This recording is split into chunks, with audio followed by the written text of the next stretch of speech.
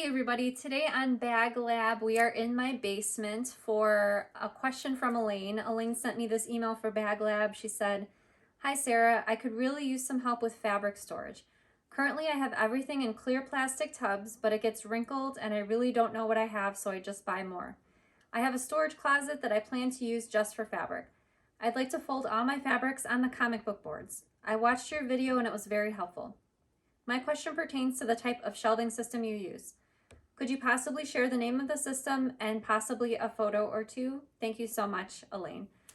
So Elaine, I completely understand what you mean about the plastic tubs with the lids. I previously stored my fabric in those huge plastic tubs. You could see through the bottom half, but seeing all of the fabrics, especially the ones that are in the bottom, rifling through them every time I had to go look for fabric, it would make a huge mess. And so I really didn't ever want to venture into the tubs. It was just such a hassle. And so, as you've mentioned, I would just keep buying more.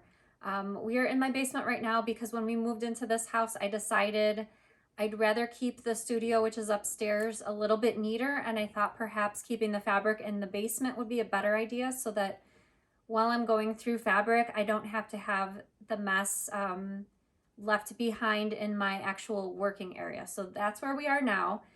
I have, as you can see, all of my fabric is folded onto comic book boards.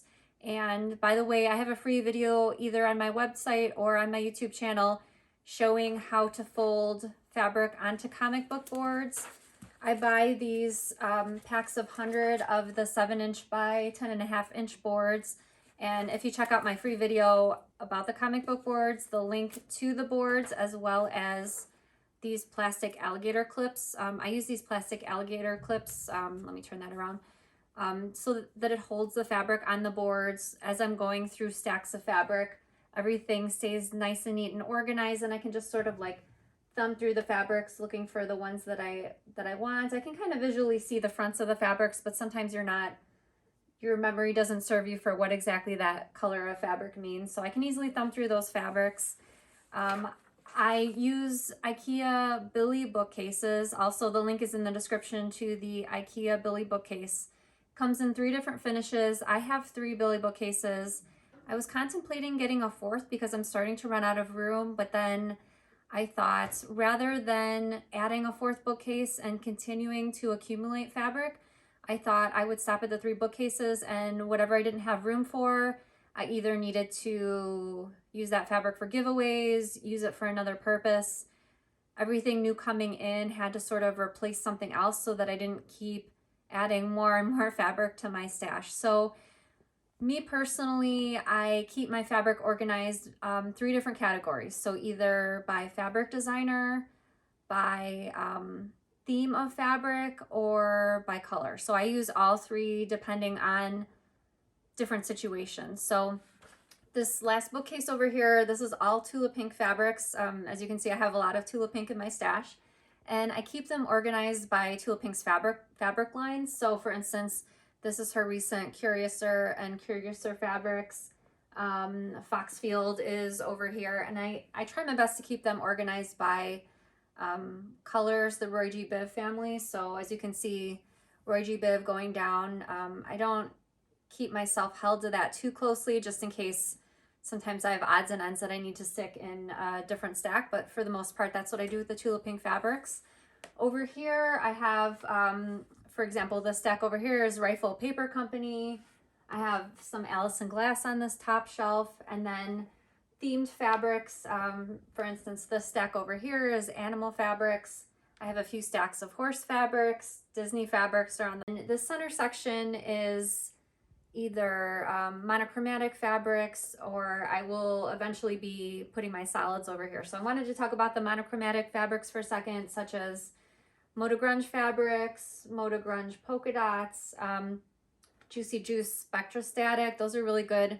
I like using those for linings so that I don't necessarily have to match the same fabric line of my exterior fabric to the lining. I just choose my exterior fabric, and then I go over to my monochromatic fabrics and choose, for example, a Moda Grunge that will match the fabric in my exterior fabric. So that's a good way to match your exterior and lining without having to have so much extra fabric in your stash. And I haven't got it set up yet, but my solid fabrics, which I like to use for quilts, I'm working on reorganizing this section so that'll eventually be solids. And I previously kept my solid fabrics in a wire basket by color. So for instance, I had a wire basket for all of the green solids, I had one for all of the yellow solids, and so on. And because of the way they were folded in the basket, it's kind of the same situation as the plastic bins with the lids. I had to sort of dig through even though the wire bins are quite small, I had to dig through them when looking for colors. They were folded, but while I dug through them, they got unorganized. Most of them were not labeled by color. And so what I'm working on now is getting my Kona solids wrapped on the comic book boards. I use Kona solids as well as solids from other manufacturers. And what I'm actually planning on doing is actually writing, I know you can't see the text from here, but here's the comic book board in the middle, and I'm actually writing the color name on the board so that I know when I start to run low on a particular color, I can easily replenish it by just looking at the board and then going online to order more fabrics. And so I think this will help me. I've noticed I've been reordering solids upon solids, and then I go look in my stash and I see a solid that I just ordered. And so I think this will be really helpful. Like I said, I'm still working on this. I just started last week, but this bottom half of the middle shelf will eventually be Kona solids. And I just think the comic book boards are a really excellent way to organize your stash. And I like that everything stays neat and tidy on the boards with the help of those plastic alligator clips. So as you can see, here's my stash. I didn't really do any tidying up. This is just what it normally looks like. Normally I do have some stacks of fabric on the floor, but as I was mentioning earlier, I'm working on sort of containing the stash so it's only just the 3 bookshelves worth. So thanks again for your question, Elaine, and this has been Bag Lab.